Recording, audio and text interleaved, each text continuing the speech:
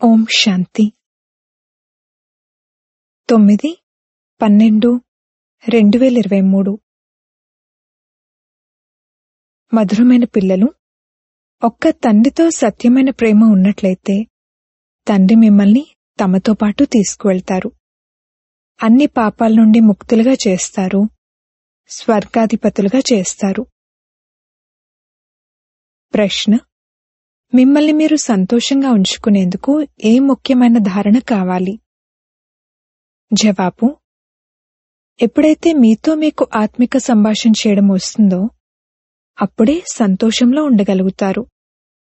ఏ వస్తువు పట్ల ఆసక్తి ఉండకూడదు. కడుపుకు 2 రొట్టెలు లభిస్తే చాలు. ఇటువంటి అనాసక్త వృత్తి యొక్క ధారణ ఉండాలి. అప్పుడే హర్షితంగా ఉంటారు. జ్ఞానాన్ని మననం చేస్తూ స్వయాన్ని హర్షితంగా ఉంచుకోండి. మీరు కర్మయోగులు. కర్మలు చేస్తూ, ఇంటి పనులు చేస్తూ, భోజనం మొదలైనవి చేస్తూ కూడా తండ్రిని స్మృతి చేయండి. స్వదర్శన్ చక్రం బుద్ధిలో తిరుగుతూ ఉండాలి. అప్పుడు ఎంతో సంతోషం ఉంటుంది. పాట: వారు మా నుండి వేరు కారు. ఓం శాంతి. మధురాతి మధురమైన పిల్లలు పాటను విన్నారు. ఇది పిల్లలకు లేక ఆత్మలకు తమ పరంపిత పరమాత్ముని పట్ల ఉన్న ఆత్మిక ప్రేమ. ఈ ఆత్మిక ప్రేమ కేవలం బ్రాహ్మణ పిల్లలైన మీకు మాత్రమే ఉంటుంది. మీరు స్వయాన్ని ఆత్మగా నిశ్చయం చేసుకుంటారు. కాని ఆత్మే పరమాత్మ అని అన్నట్లయితే ఆత్మ ఎవరి పట్ల ప్రేమనుంచాలి? ప్రేమ అనేది పిల్లలకు తండ్రి పట్ల ఉంటుంది. తండ్రికి మధ్యన ప్రేమ అన్నట్లుండదు. ఆత్మలమైన మనం మన పరంపిత పరమాత్మతో ప్రేమను జోడిస్తున్నామని ఇప్పుడు మీరు అర్థం చేసుకుంటారు. ఈ ప్రేమే మిమ్మల్ని వారితో పాటు తీసుకువెళ్తుంది. మీరు తండ్రి పట్ల ఆత్మిక ప్రేమను పెట్టుకున్నారు కావున కష్టాలను కూడా సహనం చేయాల్సి ఉంటుంది. మొత్తం ప్రపంచం, ఇంటిలోని సభ్యులు మొదలైన వారంతా శత్రువులైపోతారు. పతిత పావని గంగ కాదు అని పిల్లలకు అర్థం చేయించారు. మనుషులు పావనంగా అవ్వాలనే ఆలోచనతో హరిద్వార్కు, కాశీకి వెళ్లి గంగా నదీ తీరంలో లేక యమునా నదీ తీరంలో కూర్చుంటారు. ఈ 2 ముఖ్యమైన స్థానాలు. ఓ పతిత పావని గంగా అని అంటారు. ఇప్పుడు ఆ గంగ అయితే ఏం వినదు. వినేవారు ఒక్క పతిత పావనుడైన తండ్రే. ఇప్పుడు మీరు ఆ తండ్రి సమ్ముఖంలో కూర్చున్నారు. మీరు పావనంగా ఎలా అవుతారు అనేది తండ్రి తెలియజేస్తున్నారు. నీటి గంగ ఏమైనా నన్నొక్కర్నే స్మృతి చేసినట్లయితే మీ వికర్మలు వినాశనమవుతాయి అని చెప్తుందా? తండ్రి అంటారు, నేను ప్రతిజ్ఞ చేస్తున్నాను, ఒకవేళ మీరు తండ్రినైనా నన్ను స్మృతి చేసినట్లయితే మీ వికర్మలు వినాశనమవుతాయి. తండ్రి గ్యారంటీ ఇస్తారు, గంగ అయితే గ్యారంటీ ఇవ్వలేదు. ఈ విధంగా మనుషులు రావణుణ్ణి ప్రతి సంవత్సరం కాలుస్తూ వచ్చారు. కాని రావణుడు మరణించడో, అలాగే గంగలో స్నానాలు కూడా జన్మజన్మాంతరాలుగా చేస్తూ వచ్చారు. కాని ఎవ్వరూ పతితుల నుండి పావనులుగా అవ్వరు. స్నానాలు చేయడానికి మళ్లీ వెళ్తూ ఉంటారు. ఒకసారి పావనమయ్యారంటే స్నానాలు చేయడానికి మళ్లీ ఎందుకు వెళ్తారు? ఎన్నో మేళాలు జరుగుతాయి. వాటిని ఆత్మ పరమాత్మల సంగమం అని అనరు. భక్తి మార్గంలో మేళాలలో గుంపులు ఏర్పడతాయి.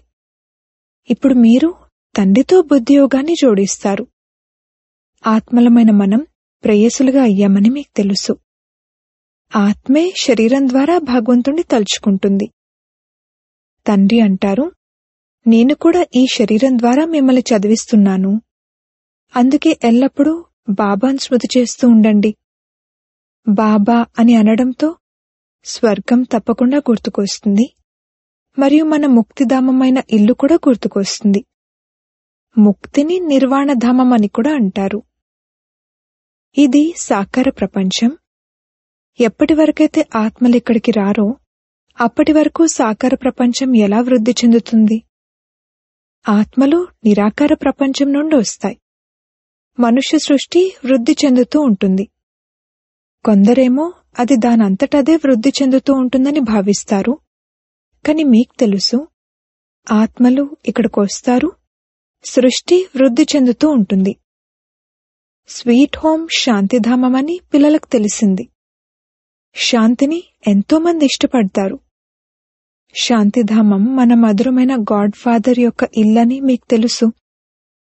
భారతవాసులు విదేశాల నుండి తిరిగొచ్చేటప్పుడు మేం మా స్వీట్ హోమ్ అయిన భారత్కు వెళ్తున్నాము అంటారు. ఎక్కడైతే జన్మ తీసుకుంటారో ఆ దేశం ప్రియమనిపిస్తుంది. మమ్మల్ని స్వీట్ హోమ్కు, భారత్కు తీసుకువెళ్ళండి అంటారు. అచ్చా, ఎవరైనా మరణించారనుకోండి, ఆత్మ అయితే వెళ్ళిపోయింది. అప్పుడు శరీరాన్ని ఇక్కడికి తీసుకొచ్చి అంతం చేస్తారు. భారత్ యొక్క మట్టి భారత్లోకే వెళ్లాలి అని భావిస్తారు. నెహ్రూ శరీరం విడిచిపెట్టినప్పుడు వారి బూడిదను ఎక్కడెక్కడికి తీసుకువెళ్లారో చూడండి. పొలాల్లో వేశారు. పంట బాగా పండుతుందని భావిస్తారు. కాని వారు ప్రతి వస్తువుకు ఎంత గౌరవాన్నిచ్చినా కాని అది తప్పకుండా పాతగా అవ్వాల్సిందే. ఎన్ని కష్టాలను సహనం చేస్తున్నారు. వారికి తండ్రి గురించి తెలీదు. మీరు తండ్రిని తెలుసుకుని తండ్రి నుండి వారసత్వాన్ని తీసుకుంటున్నారు. కావున మిత్ర సంబంధికులు మొదలైన వారిని కూడా స్వర్గవాసులుగా తయారు చేయాలని మనసు కలుగుతుంది. ఎవరికైనా మీరు స్వర్గవాసులుగా అవ్వండి అని చెప్తే, మీరు మమ్మల్ని చంపాలనుకుంటున్నారా అని అడుగుతారు. పిల్లలైన మీకు తెలుసు, శ్రీమతం ద్వారా మనం శ్రేష్టమైన స్వర్గవాసులుగా అవుతున్నాము. దేహీ అభిమానులుగా అవ్వడానికి ఎంతో శ్రమ కలుగుతుంది. పదే పదే దేహాభిమానంలోకి వచ్చి తండ్రిని మర్చిపోతారు. ఇప్పుడు మీరు సమ్ముఖంగా కూర్చున్నారు. మనం మన పరంపిత పరమాత్మ వద్దకు వచ్చామని మీకు తెలుసు. బాబా అడుగుతారు, ఇంతకు ముందు ఎప్పుడైనా కలుసుకున్నామా? అప్పుడు వెంటనే, అవును బాబా, 5000 సంవత్సరాల క్రితం కలుసుకున్నాము అని చెప్తారు. మీ ఈ మాటలు గుప్తమైనవి. వీటినింకెవ్వరూ కాపీ చేయలేరు. అయితే శ్రీకృష్ణుని వేషాన్ని ధారణ చేసి మేము స్వర్గస్థాపన చేయడానికి వచ్చాము అని అనొచ్చు కాని 5000 సంవత్సరాల క్రితం కూడా స్వర్గస్థాపన చేశాము అన్న మాటను చెప్పలేరు. మీరు కూడా అంటారు, బాబా, 5000 సంవత్సరాల క్రితం మేం మీ నుండి వారసత్వాన్ని తీసుకునేందుకు వచ్చాము. మీరు రాజయోగాన్ని నేర్పించారు. ఈ విధంగా ఆత్మ ఈ శరీరం ద్వారా అంటుంది. స్వయాన్ని ఆత్మగా నిశ్చయం చేసుకుని తండ్రిని స్మృతి చేయాలి. ఇందులో సర్వవ్యాపి విషయమేమీ లేదు. బ్రహ్మ తప్పకుండా సాకారంలో ఉండాలని, వారి ద్వారానే పరంపిత పరమాత్మ సృష్టిని రచిస్తారని కూడా అర్థం చేసుకోరు. పతిత పావనుడైన తండ్రి వచ్చి మళ్లీ దేవీదేవతలుగా పావనులుగా తయారు చేస్తారు. తండ్రే స్వర్గ రచయిత. కావున తప్పకుండా స్వర్గంలో మనుషులుండాలి. బాబా వచ్చి మీకు స్వర్గద్వారాల గురించి తెలియజేస్తారు. మేము నరకవాసులను స్వర్గవాసులుగా తయారు చేయాలి అని మీరు ప్రయత్నిస్తారు. ఎవరైనా గొప్ప వ్యక్తిని నీవు పతితుడివి, నరకవాసివి అని డైరెక్ట్గా చెప్తే వారెంత డిస్టర్బ్ అవుతారు. మనం నరకం నుండి బయటకొచ్చి స్వర్గంలోకి వెళ్తున్నామని ఇప్పుడు మీకు తెలుసు. ఇప్పుడు మనం సంగమవాసులము. ఇప్పుడు ఆత్మలమైన మనం ఈ శరీరాన్ని వదిలి బాబాతో పాటు బాబా ఇంటికి వెళ్తున్నాము. ఇది మీ ఆత్మిక యాత్ర. బాబా స్మృతిలో ఉండాలి.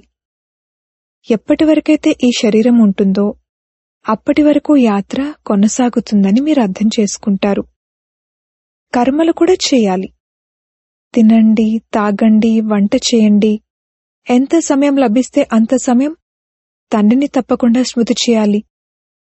ఆఫీసులో కూర్చున్నప్పుడు ఖాళీ దొరికినట్టు అనిపిస్తే చూడండి, బాబా స్మృతిలో కూర్చుండిపోండి. ఇందులో చాలా సంపాదన ఉంది. ట్రైన్లో ప్రయాణించేటప్పుడు ఆ సమయంలో ఏ పని ఉండదు. కూర్చుని ఉంటూనే బాబాను స్మృతి చేస్తూ ఉండండి. ఇప్పుడు మనం బాబా వద్దకు వెళ్తాము. బాబా పరంధామం నుండి మనల్ని తీసుకువెళ్లేందుకు వచ్చారు. అచ్చా, సాయంత్రం ఇంట్లో వంట వండేటప్పుడు కూడా ఒకరికొకరు స్మృతినిప్పించుకోండి. రండి, మనం మన తండ్రి స్మృతిలో కూర్చుందాము అని. ఒకరికొకరు పాయింట్లు కూడా వినిపించుకోండి. మనం స్వదర్శన్ చక్రధార్లము. బాబా అంటారు, మీరు లైట్ హౌస్లు కూడా. మీరు మార్గాన్ని తెలియజేస్తారు. లేస్తూ కూర్చుంటూ నడుస్తూ మీరు లైట్ హౌస్లు. మీకు ఒక కంటిలో ముక్తి, ఇంకొక కంటిలో జీవన్ముక్తి ఉన్నాయి. స్వర్గం ఇక్కడ ఉండేది, ఇప్పుడు లేదు. ఇప్పుడిది నరకం. బాబా మళ్లీ స్వర్గాన్ని స్థాపన చేస్తున్నారు. బాబా అంటారు, నేను మిమ్మల్ని మంచి పుష్పాలుగా తయారు చేస్తాను. తర్వాత మీరు వెళ్లి మహారాణులుగా, పట్టపురాణులుగా అవుతారు. ఖద్దరు రాణులుగా, చంద్రవంశీ రాణులుగా అవ్వకండి. మీరు 16 కళల సంపూర్ణులుగా అవ్వాలి, అంతేకాని 14 కళల కలవారిగా కాదు. శ్రీకృష్ణుడు 16 కళల కలవారు. కుమార్తెలైన మీరు ఎన్ని వ్రతాలు, నోములు మొదలైనవి చేసేవారు? 7 రోజులు నిర్జలంగా ఉండేవారు. ఎంత కష్టపడేవారు. కాని శ్రీకృష్ణపురిలోకి వెళ్లలేకపోయారు. ఇప్పుడు మీరు కృష్ణపురిలోకి, స్వర్గంలోకి ప్రాక్టికల్గా వెళ్లేందుకు పురుషార్థం చేస్తున్నారు.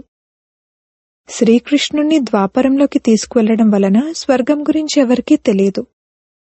వాస్తవానికి 7 రోజులంటే అర్థమేమిటి అనేది మీకు ఇప్పుడు తెలుసు. ఒక్క తండ్రిని తప్ప ఇంకెవ్వర్నీ స్మృతి చేయకూడదు. ఇకపోతే నిర్జలంగా ఉండే విషయమేమీ లేదు. బాబాను స్మృతి చేయడంతో మీరు బాబా వద్దకు వెళ్లిపోతారు. తండ్రి మళ్లీ స్వర్గంలోకి పంపిస్తారు. వ్రతాలు, నోములు చేస్తూ మీరు ఎన్ని రోజులు ఆకలితో ఉంటారు? జన్మజన్మలుగా ఎంతగా కష్టపడుతూ ఉన్నారు. కాని ఎటువంటి ప్రాప్తి కలగలేదు. ఇప్పుడు మిమ్మల్ని వాటి నుండి విడిపించి సద్గతి మార్గంలోకి తీసుకువెళ్తారు. మీరంటారు, బాబా, కల్పక్రితం కూడా స్వర్గవారసత్వాన్ని తీసుకునేందుకు మిమ్మల్ని కలుసుకున్నాము. తండ్రి అంటారు, అడుగడుగులోనూ సలహా తీసుకుంటూ ఉండండి. అన్ని లెక్కలను అడగండి. బాబా సలహాలిస్తూ ఉంటారు. మీరు మీ వ్యాపార వ్యవహారాలు మొదలైనవి చేసుకుంటూ ఉండండి. అయినా కూడా బాబా సలహాలిస్తూ ఉంటారు. ఇతను వ్యాపారంలో బాగా చిక్కుకుపోయారని గమనించి తండ్రి సలహానిస్తారు. ఎందుకింతగా కష్టపడుతున్నావు? నీవు ఎంత సమయం జీవిస్తావు? కడుపైతే 1-2 రొట్టెలే అడుగుతుంది. దానితోనే పేదవారు జీవిస్తారు, అలాగే షావుకార్లు కూడా జీవిస్తారు. షావుకార్లు బాగా తింటారు, అలాగే రోగగ్రస్తులుగా కూడా అవుతారు. ఆటవిక్కులు చూడండి, ఎంత దృఢంగా ఉంటారు. కాని వారు తినేదేమిటి? ఎంత పని చేస్తారు? వారి గుడిసెలోనే వారు సంతోషంగా ఉంటారు. కావున ఈ సమయంలో మీరు మిగిలిన ఆశలన్నింటినీ విడిచిపెట్టాలి. 2 రొట్టెలు దొరికి కడుపు నిండితే చాలు. ఇక తండ్రిని స్మృతి చేయాలి. మీరు ఆత్మిక పిల్లలు, ప్రియుడైన పరంపిత పరమాత్మకు ప్రేయసులుగా అయ్యారు. ఎంతగా బాబాను స్మృతి చేస్తారో అంతగా వికర్మలు వినాశనమవుతాయి. మరియు ఎవరినైతే స్మృతి చేస్తారో వారిని వెళ్లి కలుసుకుంటారు. సాక్షాత్కారాలు జరగాలని, ఇంకేదో జరగాలని ఎంతోమంది కోరుకుంటారు. బాబా అంటారు, ఇంట్లో కూర్చుని కూడా మీకు సాక్షాత్కారాలు జరగచ్చు. శివబాబాను స్మృతి చేయడం ద్వారా మీకు వైకుంఠం యొక్క సాక్షాత్కారం జరుగుతుంది. శ్రీకృష్ణపురిని చూస్తారు. ఇక్కడైతే బాబా మిమ్మల్ని వైకుంఠానికి యజమానులుగా చేస్తారు. ఇది కేవలం సాక్షాత్కారాల విషయమే కాదు. నన్ను స్మృతి చేయండి, ఎందుకంటే నేను మిమ్మల్ని తీసుకువెళ్లేందుకు వచ్చాను. శివబాబాను స్మృతి చేయాలి. వారే శ్రీకృష్ణపురికి యజమానులుగా తయారు చేసేవారు. శ్రీకృష్ణుడు అలా తయారు చేయరు. శివబాబాను స్మృతి చేయడం ద్వారా మీకు వైకుంఠ రాజ్యాధికారం లభిస్తుంది. ఇప్పుడు వారు పరంధామం నుండి వచ్చి ఉన్నారు. వారు తప్పకుండా వచ్చారు కావుననే స్మృతి చిహ్న మందిరాలు తయారయ్యాయి కదా. శివుని మందిరం ఉంది. శివ జయంతిని కూడా జరుపుకుంటారు కదా. కాని వారు భారత్లోకి ఎలా వస్తారు అనేది ఎవరికీ తెలియదు. వారు శ్రీకృష్ణుని తనువులోకైతే రారు. శ్రీకృష్ణుడు సత్యుగంలోనే ఉంటారు. శివునికి చాలా పెద్ద మందిరం ఉంది. శ్రీకృష్ణునికి అంత పెద్ద మందిరం లేదు. సోమనాథ మందిరం ఎంత పెద్దది! శ్రీకృష్ణుని మందిరంలో రాధాకృష్ణులకు ఎన్నో ఆభరణాలను చూపిస్తారు. శివుని మందిరాలలో ఎప్పుడూ ఆభరణాలను చూడరు. శివ్బాబా అయితే పెద్ద మహళ్లలో ఏమీ ఉండరు. పెద్ద మహళ్లలో ఉండేది శ్రీకృష్ణుడు. బాబా అంటారు, నేనసలు మహళ్లలోనే ఉండను. కాని భక్తి మార్గంలో వజ్ర వైడూర్యాలతో కూడిన ఎంత పెద్ద వైభవోపేతమైన మందిరాన్ని నిర్మించారు. ఎవరికైతే శివబాబా ద్వారా స్వర్గవారసత్వం లభించిందో వారు శివుని మందిరాన్ని ఇంత గొప్పగా తయారుచేశారు. స్మృతి చిహ్నంగా ఎంత పెద్ద మందిరాన్ని నిర్మించారు. మరి వారు స్వయం ఎంత షావుకారులై ఉంటారు. మందిరాన్ని చాలా బాగా నిర్మిస్తారు. బొంబాయిలో బాబురీనాథ్లో శివుని మందిరం ఉంది. మాధవ్ భాగ్లో లక్ష్మీనారాయణ మందిరం ఉంది. తండ్రి అంటారు, నేను మిమ్మల్ని స్వర్గాధిపతులుగా చేస్తాను. భక్తి మార్గంలో మీరు ఎంత పెద్ద మందిరాలను నిర్మిస్తారు. కాని ఇప్పుడు ఎటువంటి గుడిసెలో కూర్చున్నానో చూడండి. మీ పేరు కూడా ప్రసిద్ధం కానున్నది.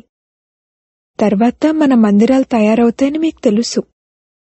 మన తండ్రి అయిన శివుని మందిరాలు కూడా ఎన్నో ఉన్నాయి. ఇది అద్భుతం. ఎవరైతే సోమనాథ మందిరాన్ని నిర్మించారో వారు ఎంతటి షావుకారులై ఉంటారు. ఇప్పుడు ఎంత గుప్తంగా ఉన్నాను. నా గురించి ఎవరికీ తెలీదు.